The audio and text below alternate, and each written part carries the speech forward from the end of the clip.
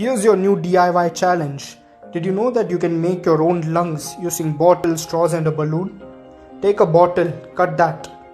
Take 2 straws. Cut a straw into a smaller piece and fold it into a V shape. Cut a small hole at the bottom of the V. Attach the big straw to the hole such that it becomes a Y and tape it. Attach 2 balloons at the bottom of the Y. Insert the balloon at the top and close it using the bottle cap and tape it. Cover the open end with a cut balloon.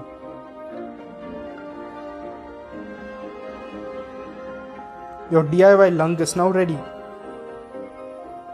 Follow us for more.